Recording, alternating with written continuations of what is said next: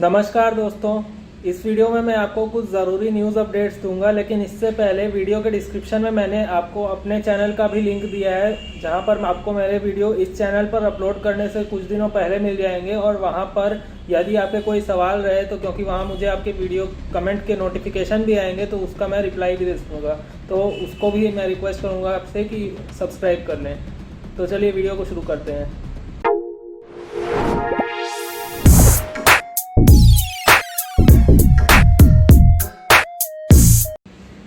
सबसे पहली खबर की बात करें तो अभी हमारी टीम की तरफ से एक प्रयास ये किया जा रहा है कि हरियाणा और पंजाब के उच्च अधिकारियों को हम मेल करके ये बता रहे हैं कि जिन लोगों को जबरन टीकाकरण करके परेशान किया जा रहा है, यह उनके नागरिकों के अधिकारों का उल्लंघन है। तो इसको आप लोग कृपया रोकिए और उन लोगों की मदद करिए। तो डिस्क्रिप्शन में 2 लिंक दिए रहेंगे, आप उसको क्लिक करते ही वो ईमेल का फॉर्मेट आपके फ़ोन पे जनरेट हो जाएगा। वहाँ पर नीचे आपको अपना नाम लिखना रहेगा, चाहे तो आप अपना नाम ना लिखना चाहें तो हटा भी सकते हैं, लेकिन इससे आपके ऊपर कोई भी कानूनी कार्रवाई नहीं होगी, क्योंकि आप सिर्फ अपनी मांग जाहिर कर रहे हैं। तो अभी ये इन 2 स्टेट्स के लिए किया जा रहा है। यदि इससे भविष्य में सफलता मिलती है तो इसको बाकी जगहों पे भी करेंगे। तो कहने का ये है कि इन दोनों को आपको क्लिक करके सिर्फ अपना नाम वगैरह डालना है और सेंड कर देना है। बस आपके आधे से 1 मिनट लगेगा, लेकिन बहुत सारे लोगों की संख्या में वहाँ पर मेल जाएंगे तो उन लोगों के ऊपर प्रेशर पड़ेगा और उनके हमारी बात पर ध्यान जाएगा।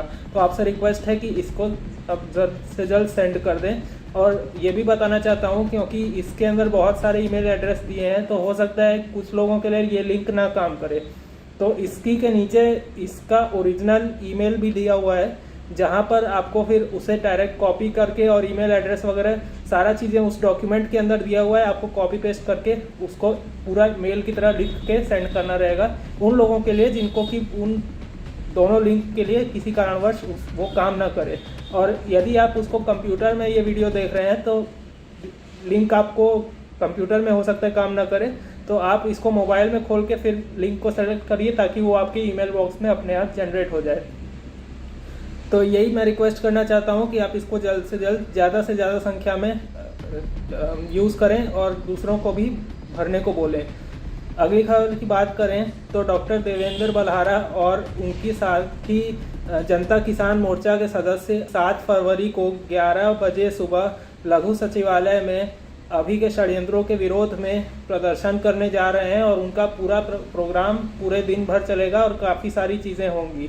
उसमें एक मुद्दा ये है कि वहाँ के किसी एक पिता के बेटे को जब टीकाकरण करके मजबूर किया गया, उसके बाद उनकी तबीयत बिगड़ गई और उसके बाद उनकी मौत हो गई। तो इस विषय में वो लोग वहाँ के उच्च अधिकारियों से हर्जाना वसूलने और उस पिता को न्याय दिलाने जा रहे हैं, और साथ ही में अभी के षड्यंत्रों के विरुद्ध में लोगों को संगठित करने का भी प्रयास करेंगे और आगे की योजना बनाएंगे। अगली खबर की बात करें तो जैसे कनाडा में लाखों ट्रक संचालकों द्वारा वहां की राजधानी की तरफ ट्रक से मार्च किया गया और वहां के प्रधानमंत्री पर जबरन टीकाकरण को रोकने का दबाव बनाया गया। अब पूरी दुनिया में इसी चीज़ को इंस्पिरेशन लेके बाकी जगहों पर भी जबरन टीकाकरण के खिलाफ लोग इस तरह के प्रोग्राम बना रहे हैं कि वो वहाँ की राजधानी को प्रस्थान करें और वहाँ पर लोगों को अपने उच्च अधिकारियों पर दबाव बनाएं।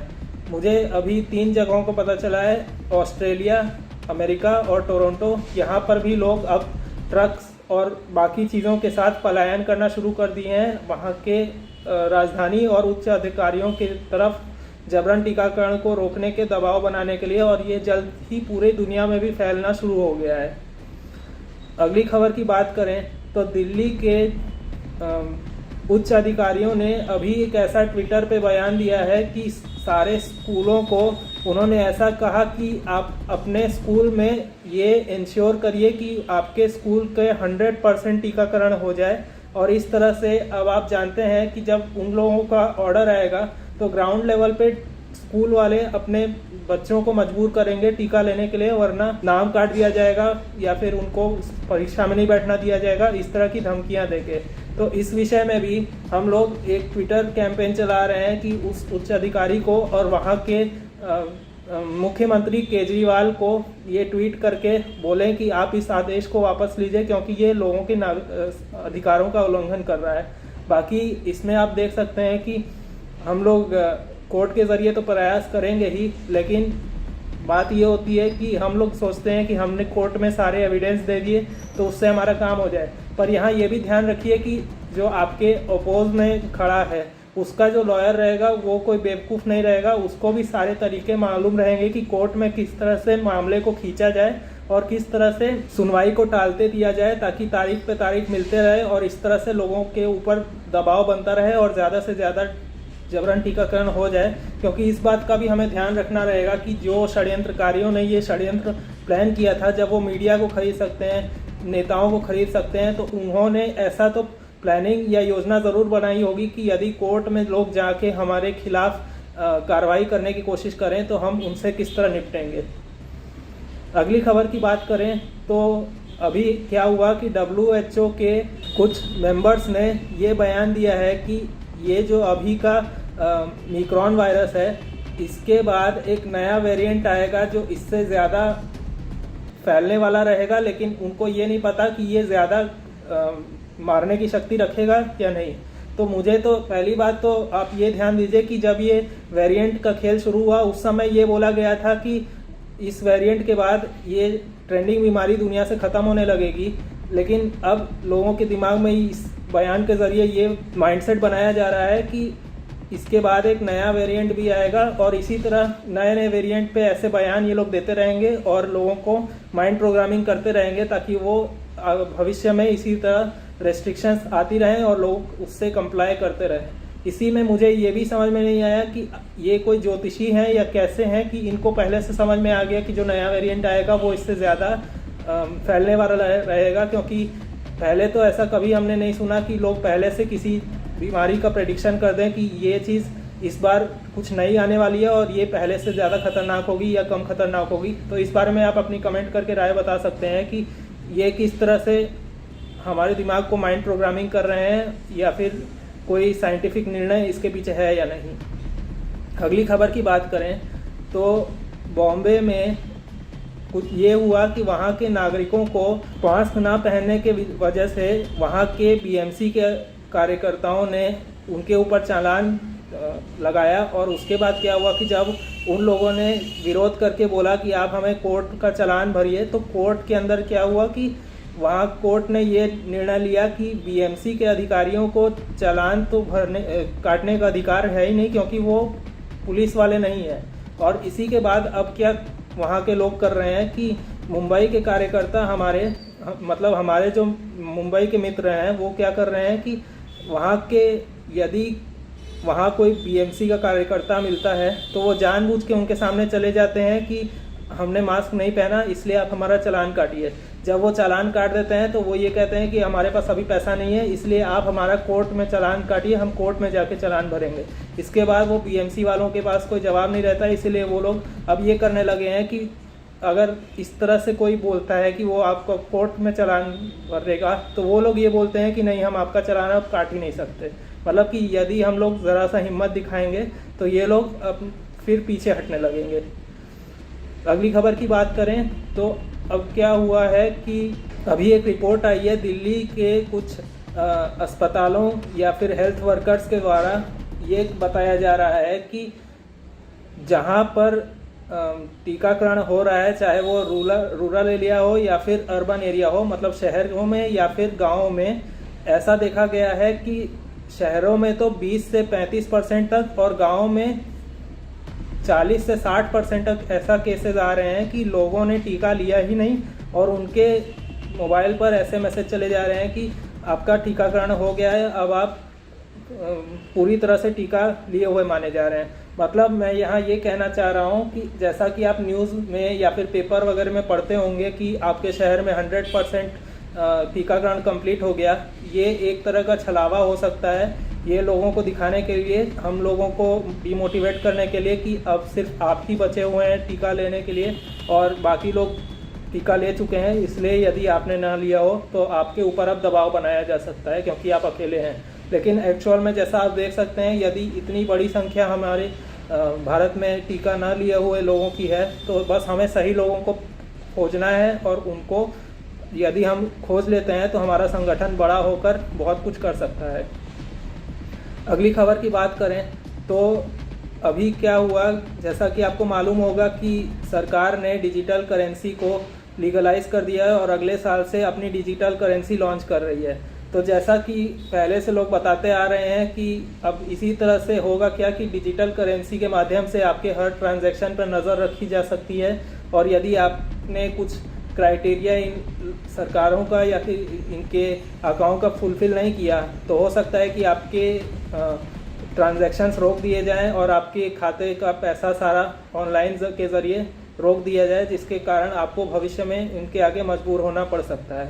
मतलब कि एजेंडा इस तरफ जा रहा है, ऐसे हमें देख सकते हैं। और इसी में एक और बात यह है कि अब जो भी क्रिप्टो ट्रेडिंग या फिर इस तरह की चीज़ें लोग करते थे तो इसके ज़रिए जो भी लोग पैसा कमा रहे थे अब इसमें उन्हें टैक्स भरना पड़ेगा और वो जिस भी कंपनी के थ्रू ट्रांजैक्शन करते थे यदि वो इंडियन कंपनी हो तो मुझे लगता है वो ज़रूर सरकार को आपका डाटा देने को तैयार हो जाएगी। हो सकता है कि मल्टीनेशनल कंपनी इसमें तैयार ना हो, लेकिन अगर ऐसा हुआ तो आपके सारे ट्रांजैक्शंस की और सारे जितना भी आपने पैसा कमाया है ट्रेडिंग के ज़रिए सरकार पर नज़र रहेगी और उसमें आपको 30% तक टैक्स देना पड़ सकता है। लेकिन इसी में यदि आप एनोनिमस ट्रेडिंग करते हैं, मतलब कि ऐसा जिसमें कि आपने अपनी पर्सनल डिटेल ना बताई हो, उसमें फिर आप पकड़े नहीं जा सकते हैं। तो इसके कारण फिर आपको आपके ऊपर नज़र नहीं रखी जा सकेगी। अगली खबर की बात करें तो अमेरिका में अब माइक्रोचिप के ऊपर वहाँ की सेनेट में बिल पास करने की बात आ रही है। असल में हुआ क्या कि वहाँ पर 11 स्टेट्स ने वर्डिक्ट दिया था कि माइक्रोचिप जो कि वहाँ की कंपनियाँ अपने वर्कर्स पर थोपी रही थी कि आप माइक्रोचिप लगाएंगे जिसके ज़रिए आपकी सारी मेडिकल इन्फॉर्मेशन और बाकी इन्फॉर्मेशन हम अपने पास रखेंगे। उसको पहले तो वहाँ के कोर्ट्स ने रिजेक्ट कर दिया था, लेकिन अब क्या हुआ कि वहाँ पर क्योंकि अब सेनेट में बिल पास किया जा रहा है तो हो सकता है अब वहाँ पर माइक्रोचिप को लीगलाइज कर दिया जाए। मतलब कि यदि कंपनी अपने वर्कर को बोलेंगी कि आपको माइक्रोचिप लेनी होगी तो वहाँ के वर्कर्स को मजबूरन माइक्रोचिप लगवानी पड़ सकती है, जिसके अंदर उनका पूरा डाटा, मेडिकल डाटा और बाकी सब चीज़ें रहेगी। और भविष्य में ये भी हो सकता है कि इसके अंदर और भी चीज़ें आती जाएं और सारा फिर उनका इन्फॉर्मेशन एक माइक्रोचिप के अंदर आए। और जैसा कि आप देखते ही होंगे कि अमेरिका को ही पूरी दुनिया फॉलो करती है, तो उसी का देखा देखी फिर बाकी जगहों पर भी माइक्रोचिप को लाया और फिर कंपलसरी किया जा सकता है टीका और मास्क वगैरह जैसी चीज़ों की तरह। अगली खबर की बात करें तो हमारे एक सहयोगी रज्जू जी हैं जिन्होंने अभी हाल ही में एक रिंगटोन बनाया है। जैसे कि आप अपने फ़ोन पे यदि किसी को फ़ोन लगाते हैं तो फ़ोन करते समय आपको एक मैसेज आता है कि टीकाकरण अवश्य कराएं क्योंकि ये सुरक्षित है। उसी तरह रज्जू जी ने भी एक कॉलर ट्यून बनाई है जिसको कि आप अपने फ़ोन में लगा सकते हैं, जिससे यदि आपको कोई फ़ोन करेगा तो उस ट्यून की जगह इनकी बनाई हुई ट्यून रहेगी, जिसके अंदर उन्होंने बताया है कि टीकाकरण वॉलंटरी है और कोई भी आपको फोर्स नहीं कर सकता है। तो कॉलर ट्यून कैसे लगाना रहता है वो आप यूट्यूब पे सर्च करेंगे। फॉर एग्जांपल यदि आपका एयरटेल का सिम है तो आप सर्च करें कि एयरटेल में कॉलर ट्यून कैसे चेंज करें, तो उस तरह आपको इंटरनेट पे इंस्ट्रक्शन मिल जाएंगे। उसी कॉलर ट्यून को यहाँ मैं प्ले नहीं कर सकता हूँ क्योंकि उसके बाद वीडियो डिलीट हो जाएगा। उसको मैं आपको हमारे टेलीग्राम चैनल पर डाल दूँगा जहाँ सर आप उसको डाउनलोड करके आप यूज़ कर सकते हैं। और इसके बाद मैं रज्जू जी जिन्होंने एक प्रिंसिपल को कॉल करके ये पूछा था कि आप लोग इन्फॉर्म्ड कंसेंट अपने छात्रों को दे रहे हैं कि नहीं जब वो टीका लगा रहे हैं, तो उस बारे में फिर प्रिंसिपल को पता नहीं था। तो उनकी बात करने के बाद वो प्रिंसिपल ने माना कि वो आगे से इन्फॉर्म्ड कंसेंट देंगे। उस कॉल रिकॉर्डिंग को मैं यहाँ पर प्ले कर दे रहा हूँ। सर नमस्ते जी, वंदे मातरम। हाँ जी नमस्ते जी। आजाद जी प्रिंसिपल आप बोल रहे हैं नरवाना से? जी जी सर नमस्कार, मेरा नाम जी राजू, मैं अवेकन इंडिया मूवमेंट से बोल रहा हूँ। हाँ जी राजू जी। आरटीआई एक्टिविस्ट हैं हम, और हम आपसे पूछना चाहते हैं कि आप बच्चों को टीका लगवाने के लिए फोर्सफुली क्यों कर रहे हैं सर? फोर्सफुली कौन करता है? आपका एक रिकॉर्डिंग किसी एक भाई ने भेजा था, आपके वहाँ का नरवाना कोई बंदा है वो भेजा था, कहना है कि आपका रिकॉर्डिंग भी मैंने सुना था, आप बोल रहे हैं कि बच्चों को लगवाए, फायदेमंद है टीका। फोन तो ये करके तो आप हम बता बोल रहे सकते हैं कि फायदेमंद है, गवर्नमेंट भी बोल रही है फायदेमंद है, हम गवर्नमेंट के एम्प्लॉइज हम बोल रहे हैं। हैं कि अगर फायदेमंद है। मान लीजिए अगर उसको कोई एलर्जी, बुखार, कुछ अलग कुछ मेडिकल इश्यू, कुछ प्रॉब्लम है, तो आपके वो बच्चा नहीं लगाना चाहता, तो क्या आप हम उससे नहीं फोर्स नहीं करते, हम उसको मना स्कूल? किया बिल्कुल उन बच्चों को, जिस किसी बच्चे को इंडिविजुअली अगर किसी बच्चे को कोई प्रॉब्लम है हम्म। तो उसको हमने मना किया। Okay, thank you sir. हाँ, बहुत आप सारे बच्चों को मना किया तो हमने ऐसे तो। आप बताते हैं फायदेमंद है, लेकिन इसके साथ ये भी बताते हैं कि ये वॉलंटरी हाँ भी है। हाँ, बच्चों को वॉलंटरी है बिल्कुल बिल्कुल। बच्चों को बिल्कुल ये बताया, आप बहुत बहुत धन्यवाद। हाँ हाँ, एक चीज और। वॉलंटरी है ये बिल्कुल, ये कोई मैंडेटरी नहीं है। ओके, थैंक यू लेकिन सर। बच्चों को हमने इन्फॉर्मेशन दिया, जैसे मंडे को भी हमारे स्कूल में वैक्सीनेशन कैंप है, ठीक है। Okay sir. हाँ, तो मंडे को भी हमने बच्चों को इन्फॉर्म किया कि वैक्सीनेशन कैंप है, जो बच्चे लगवाना चाहते हैं वो आ जाएंगे। ओके, तो और एक बात बताना है सर, सरकार का एक ने गाइडलाइन, एक नियम लागू पारित किया है कि ये जो कंसेंट फॉर्म होता है, माता पिताजी का सिग्नेचर होना चाहिए उसमें, उनका परमिशन होना, अगर वो परमिशन देंगे तभी आप बच्चों को टीका लगवा सकते हैं। कंसेंट हाँ फॉर्म बिल्कुल आपको बिल्कुल। पता है क्या सर? हाँ बिल्कुल, परमिशन से लगवाते हैं हम लोग, माता पेरेंट्स की पिता परमिशन से ही आते हैं बच्चे हमारे पास। तो साइन होता है ना उसमें, मतलब कंसेंट फॉर्म एक दिया जाता है सरकार ने, तो मतलब एक गाइडलाइन बनाया, एक नियम बनाया, एक मतलब कंसेंट फॉर्म, माता पिताजी का साइन होता है उसमें, माता पिताजी को बताया जाता है कि क्या क्या साइड इफेक्ट होता है इस वैक्सीन का, क्या क्या साइड इफेक्ट, अगर वो राजी होंगे तभी आप अलाउ कर सकते हैं सर। वो आप मेरे पास भेज दीजिए। थैंक यू, वो भेज देता हूँ, पीडीएफ भेज देता हूँ सर। ठीक है, थैंक यू हाँ सर। वो भेज दीजिए, थैंक यू। राइट।